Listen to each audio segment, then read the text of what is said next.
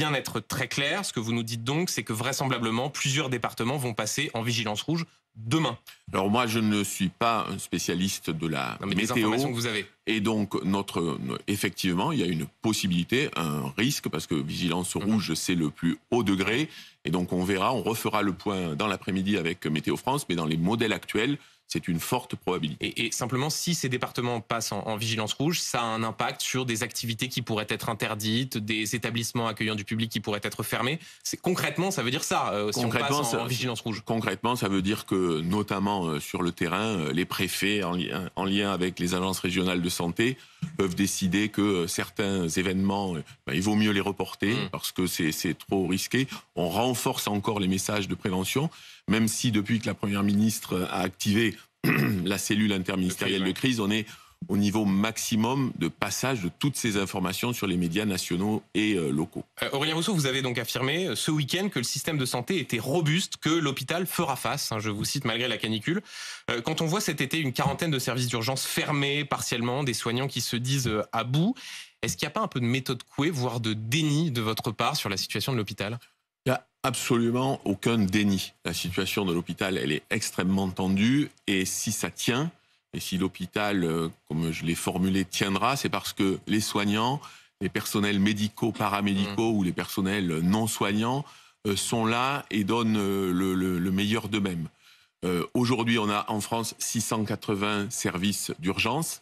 Il y en a, vous l'avez dit, 40 qui sont partiellement fermés. Qu'est-ce que ça veut dire partiellement fermés ? Ça veut dire, par exemple, qu'ils n'accueillent pas de malades en nuit profonde. Prenons un exemple, Aurélien Rousseau. Vous dites le système tient, il est robuste. À Saint-Tropez cet été, 3 nuits de suite, au mois d'août, même 3 ou 4, les urgences étaient fermées. Est-ce qu'on peut vraiment dire qu'un système de santé tient et robuste alors que dans des endroits en France, on a des services d'urgence qui ne peuvent pas accueillir de public la nuit? Est-ce que là, encore une fois, il n'y a pas une forme de déni de votre part? Est-ce qu'il ne faudrait pas mieux dire oui, c'est plus que tendu, c'est un système de santé qui est à bout de souffle? Moi, je ne reprends pas ce vocabulaire, et vous prenez un exemple Saint-Tropez. Ma question, si je prends cet exemple, c'est de savoir si une personne qui subit une difficulté de santé, qui doit aller aux urgences, est-ce qu'elle va pouvoir trouver un service qui l'accueille à proximité sans prendre de risques vitaux? La réponse est, sur tout le territoire, il y a une organisation qui permet de prendre en charge les risques vitaux de tous nos concitoyens. Donc oui, la situation, elle est extrêmement tendue. On est sur une ligne de crête dans beaucoup de services.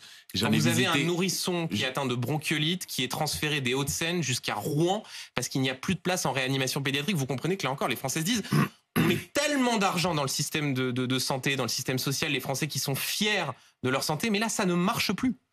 Il y a des très grandes difficultés.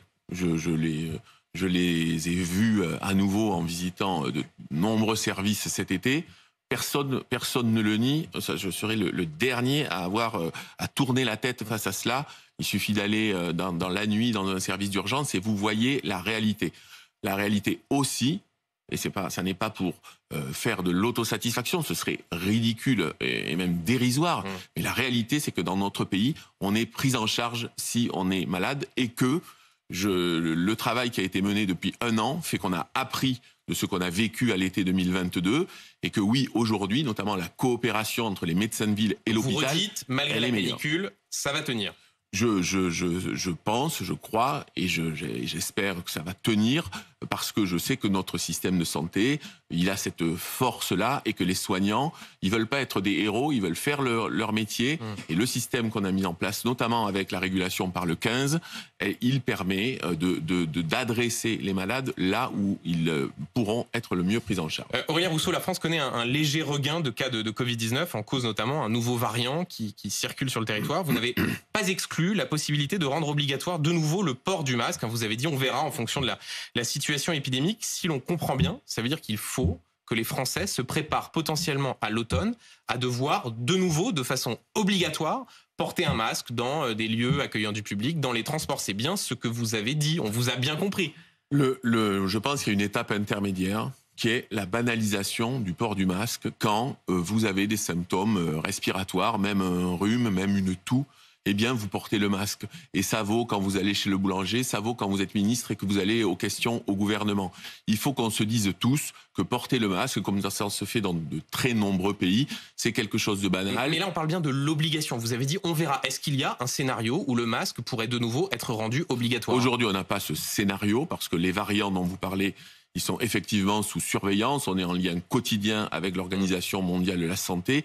Il y a plusieurs variants. Ça vous inquiète? Est-ce que, pour ceux qui nous écoutent, qui nous regardent, est-ce qu'il y a de quoi être inquiet? Ça réveille des mauvais souvenirs? C'est le moment qu'on puisse dire. Aujourd'hui, la Covid-19 et les mutations qu'on connaît ne présentent pas de dangerosité ou de niveau d'incidence particulièrement inquiétant.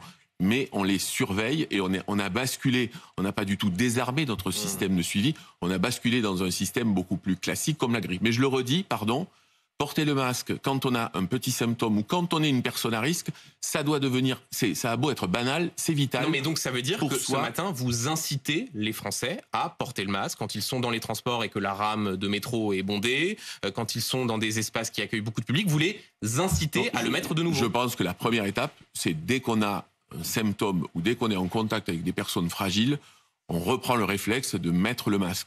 Voilà. Et je pense que les Français, ils n'ont pas besoin d'être infantilisés, ils ont besoin de savoir où on en est. Été pendant le Covid. Oui, c'était il y a maintenant le temps a passé. Ils ont besoin de savoir précisément à l'époque, vous étiez patron de l'Agence régionale de santé d'Île-de-France. Où on en est. On est sur une incidence qui monte faiblement, un très faible impact hospitalier, et on dira les choses en temps venu, mais il faut avoir des réflexes. Encore une fois, le masque, c'est banal quand on a des symptômes.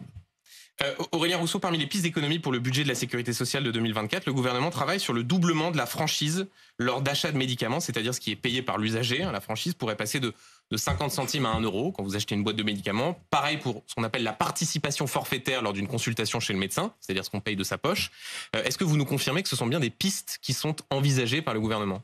Aujourd'hui, on est à la fin du mois d'août. Les travaux n'ont pas cessé pendant tout l'été. On s'est vu avec la Première ministre avant de partir quelques jours de repos. On a parlé pendant les vacances. Donc oui, ce sont des scénarios qui sont sur la table avec absolument, avec une préoccupation majeure, c'est que s'il doit y avoir responsabilisation de tous les acteurs, il doit y avoir aussi une protection absolue de ceux qui sont notamment en affection de longue durée et qui sont malades, qui prennent beaucoup de médicaments. Voilà.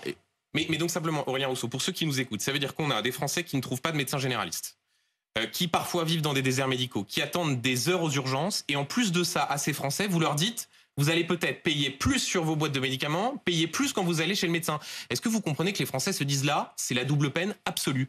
Les Français, je comprends évidemment que tout ce qui pèse sur leur pouvoir d'achat les préoccupe. Aujourd'hui, on se bat pour l'accès aux soins, c'est une des urgences mais ils vont payer plus. Qui ont été... Donc c'est pas franchement en faveur de l'accès aux soins, notamment des plus modestes et des classes moyennes. En faveur de l'accès aux soins, c'est essentiel, et c'est pas... On verra la décision qui sera prise à la fin sur les franchises. Vous y êtes favorable ou pas? Moi, je pense qu'on a un système de santé où chaque année, on met beaucoup plus d'argent. C'est pas le gouvernement, hein, c'est les cotisations sociales, c'est nos compatriotes. C'est pour ça que quand le président de la République fixe comme cap le plein emploi et la réindustrialisation, c'est aussi pour pouvoir financer ce système social. Donc vous y êtes favorable. Et donc, oui, il y a un effort de responsabilisation collective, mais on mettra tout sur la table. Il faut dire les choses extrêmement clairement. C'est la même chose, par exemple, pour l'augmentation des arrêts de travail. C'est pas de la stigmatisation, mais si on veut être responsabilisé, et tout le monde veut être responsabilisé, il faut dire les choses sur par où augmentent les dépenses de santé, parce que moi j'ai une préoccupation. Justement, Aurélien Rousseau, vous dites on met tout sur la table. Parmi les pistes d'économie, il y a aussi la possibilité d'augmenter les taxes sur l'alcool, c'est-à-dire en les indexant mieux sur l'inflation. Les alcools forts pourraient par exemple augmenter de 1 à 2 euros. Ceux qui nous écoutent, nous regardent, qui sont peut-être encore en vacances, doivent se préparer à payer le pastis plus cher? Aujourd'hui, je vous le redis, il n'y a pas un plan qui est tout fait et qu'on sortira de façon magique. Non, mais sans langue de bois, vous pouvez à minima nous dire oui, c'est envisagé, oui. Comme ministre de la Santé, pour des raisons de santé publique et d'économie, on considère qu'il faut effectivement que le prix des alcools, notamment des alcools forts, augmente. Est-ce que c'est ce que vous nous dites ce matin? Aujourd'hui, je vous dis que ce sont des sujets qui sont sur la table, mais je pense que la priorité c'est d'être transparent avec les Français sur ce qu'on veut faire, sur l'augmentation des dépenses de santé. Oui, sur la question de l'alcool. Sur la question de l'alcool, la question est sur la table. Je vous ai dit, on doit se revoir cette semaine, la semaine prochaine. Aujourd'hui, il y a un mécanisme d'indexation de l'alcool. Je suis favorable, évidemment, à minima, à ce qu'il soit maintenu. Et après, on verra si ce mécanisme il est accéléré. Voilà, mais aujourd'hui, ça n'est pas une décision qui est prise. Vous êtes novice en politique, mais déjà, vous maniez une forme de langue de bois, une capacité à ne pas tout à fait répondre. La question est assez simple. Est-ce qu'en tant que ministre de la Santé, chargé d'un discours de santé publique, vous considérez que ce serait bon pour la santé et pour les économies de payer davantage la bouteille de vin et la bouteille d'alcool fort? Aujourd'hui, le système, il fait que notamment les alcools forts sont beaucoup plus taxés, et tant mieux que la bouteille de vin. Voilà. Mais je suis peut-être novice en politique, mais il y a un truc auquel je crois particulièrement, c'est le collectif, et c'est de ne pas lancer des ballons d'essai pour voir comment les uns et les autres réagissent.